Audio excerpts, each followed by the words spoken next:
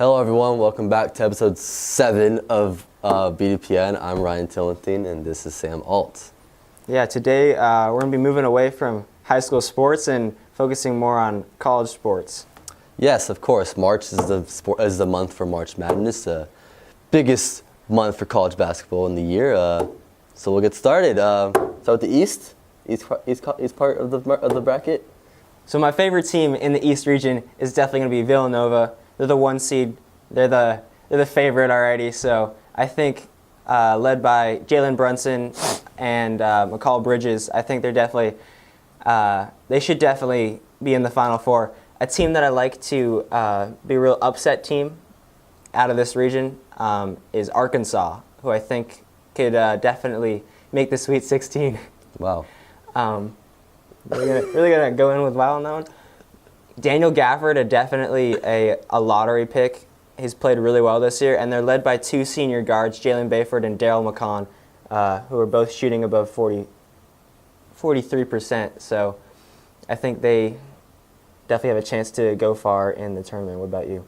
Well, Sam, I have to disagree with you. I don't think Villanova is going to get out of this conference. I just think it's going to be Purdue, because Purdue always finds a way to put in work in the tournament. So I'm going to say that. I'm going to say Purdue. And I think the biggest upset is in the first round, St. Bonaventure in Florida. I think St. Bonaventure has the guts and the talent. Beat UCLA last night. I think they have the ability to go far in this tournament. I would definitely say that UCLA and Florida are 2 different animals. But I think okay. That Florida, a team that went to the, I think, Elite 8 last year and really didn't lose anyone. And then St. Bonaventure that barely beat UCLA. UCLA is a very talented team with Aaron Holiday and a very prepared coach in Alford. So I'm sure UCLA should have made the tournament, and St. Bonaventure proved them wrong. So I'm saying this, as evidence that St. Bonaventure has talent and his ability to do well in the tournament. All right. We're gonna move on. Next conference. Midwest. We're gonna go Midwest, right? Of course. So in the Midwest, my favorites right now are Michigan State, and spoiler alert, I think they're going to win the tournament. And because Michigan State has both Miles Bridges, who's a lottery pick, and Jaren Jackson, who's probably the best defender in college, and also a lottery pick. And defense is really important, so I think that's going to be really, really prominent to their success in the tournament.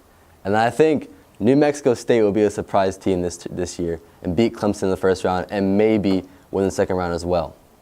Yeah, so I agree with that one.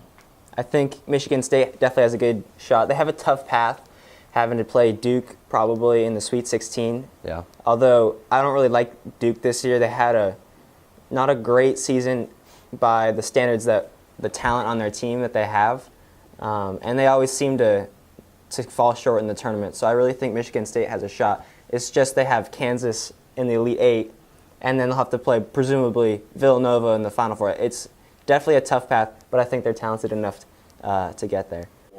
So one of my favorite teams in the West is Missouri, who did not have a great regular season and had a pretty abysmal SEC playoffs, losing to Georgia, who's just a horrible team. But I think with Michael Porter back, with his brother Jonte, I think they definitely have a chance to be the biggest Cinderella since the Shabazz Napier UConn team a couple years back. And I think they definitely have a shot to go to the Final Four and compete for the championship. Because Michael Porter is playing at his best. I think he is the best or one of the best players in the nation right now. I think that's the dumbest claim you could have made, okay? Missouri had over-the-radar season, okay? They overperformed. 3-point shooting was very well this season, but that is not going to continue in the tournament. Also, Michael Porter Jr. is at 70% right now. He played terrible his first game back. He shot 5 for 17. Was that what it is? That's terrible. Okay, they just don't have the talent to beat teams such as Florida State. Florida State is not good. They don't have the talent to beat Florida State. They don't have the talent to beat Gonzaga. So they're no Cinderella. I think the biggest concern I think would be Xavier in the second round. No.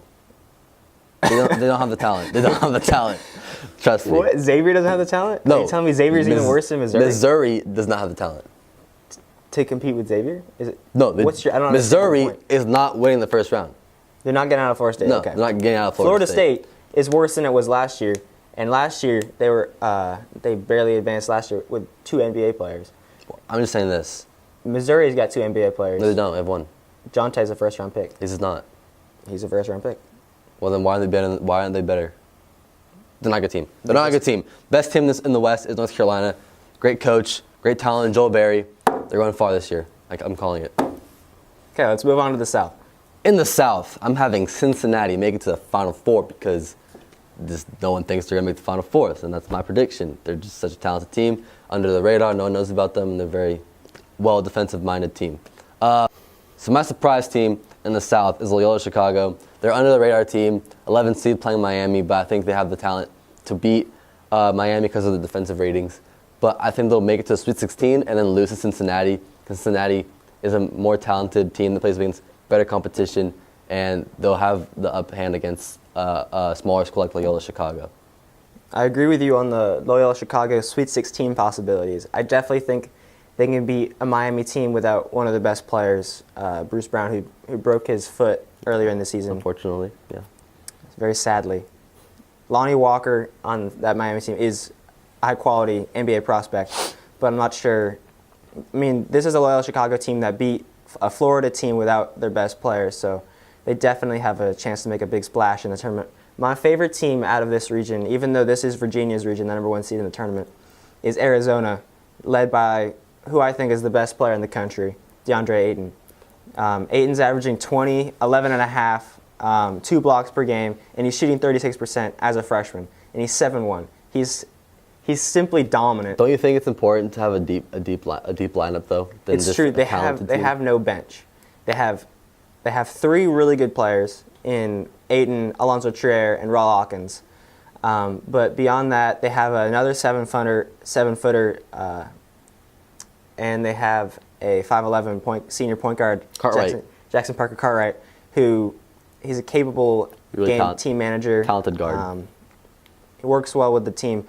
I think the key for Arizona is just giving DeAndre Ayton the ball at all possibilities, because last year Arizona, with another 7-foot dominant big man, Lauri Markkanen, in their upset loss to Xavier, they did not feed Lauri Markkanen the ball enough, and I think if they fail to give DeAndre Ayton at least 20 shots a game, I don't know how far they'll be able to get, especially against Virginia in the Sweet 16. All right, Final Fours. So my Final Four predictions are Villanova versus Michigan State and Arizona versus Xavier, and then the championship, I have Villanova beating Arizona 74-68. Well, that's a terrible prediction, but Thanks, Ryan. it's okay. For me, I got Cincinnati playing UNC, and then I got Purdue playing Michigan State. And then after that, I got Michigan State beating Purdue, and then Cincinnati beating UNC. So in the championship game, Michigan State and Cincinnati. I think it's going to be a high-scoring game, but Michigan State's defense will make a good win. So it'll be 68-62, Michigan State. All right, that was March Madness for you guys. Gave our insight. He's wrong, I'm right, but it's okay. We'll see you next time, episode 8. Me and Sam just signing off right now. Peace out.